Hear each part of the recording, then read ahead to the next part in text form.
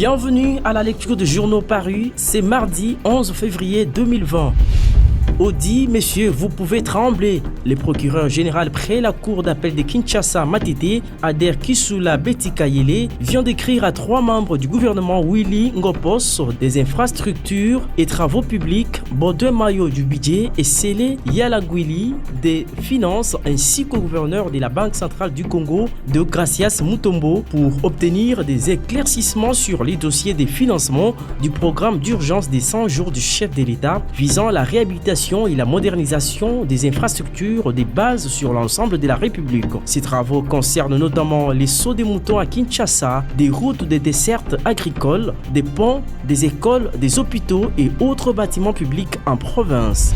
Ce haut magistrat souligne avoir reçu le mandat d'enquêter de la part de son ministre de tutelle, Célestin Tunda Yakasende, vice-premier ministre en charge de la justice. En cette période où les spéculations vont dans tous les sens au sujet de présumés détournements de fonds, surtout en ce qui concerne le saut de mouton à Kinshasa, où de foyers de mécontentement s'accumulent dans la capitale comme dans l'arrière-pays suite à la lenteur maladive de certains entrepreneurs dans l'exécution de travaux et leur suspension à répétition, voire leurs arrêts définitifs. L'opinion nationale, beaucoup de la justice pour être éclairée, écrit ce journal.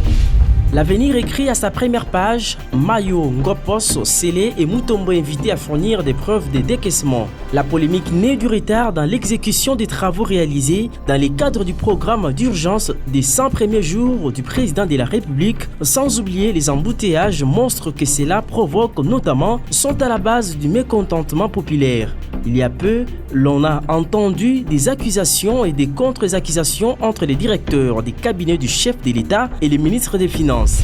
L'Observatoire de la dépense publique, ODEP, et l'Union pour la démocratie et le progrès social, UDPS, tant sur le taux d'exécution que sur le montant décaissé jusque-là, conclut notre consoeur. La Prospérité écrit sur sa dernière page, l'INAFOOT, les Immaculés sollicitent un report. En perte de vitesse, depuis son retour au championnat local, après 2 matchs livrés sans une moindre victoire, les Immaculés veulent recadrer les choses sur les plans internes. Pour ce faire, une correspondance a été déposée depuis lundi 10 février 2020 au bureau de la commission de gestion de la Ligue nationale de football avec comme objet les reports de son match contre les académiciens des Rangers prévu pour ce mercredi 12 février. La dite lettre a été signée par 2 officiels du club. À savoir, le président de la coordination Didier Chimanga et le secrétaire administratif José Mandiekou pour raison de programme de vol aérien. La délégation du DCMP présentement à Goma ne pourra atteindre Kinshasa que ce mercredi 12 février à 15h, indique la lettre. En cas d'une réponse favorable à leur requête, le Tupamaros ne pourront pas jouer leur match programmé le même mercredi à 13h, conclut ce journal. Voilà ce qui met un terme à cette lecture de journaux. Merci pour votre sympathique attention.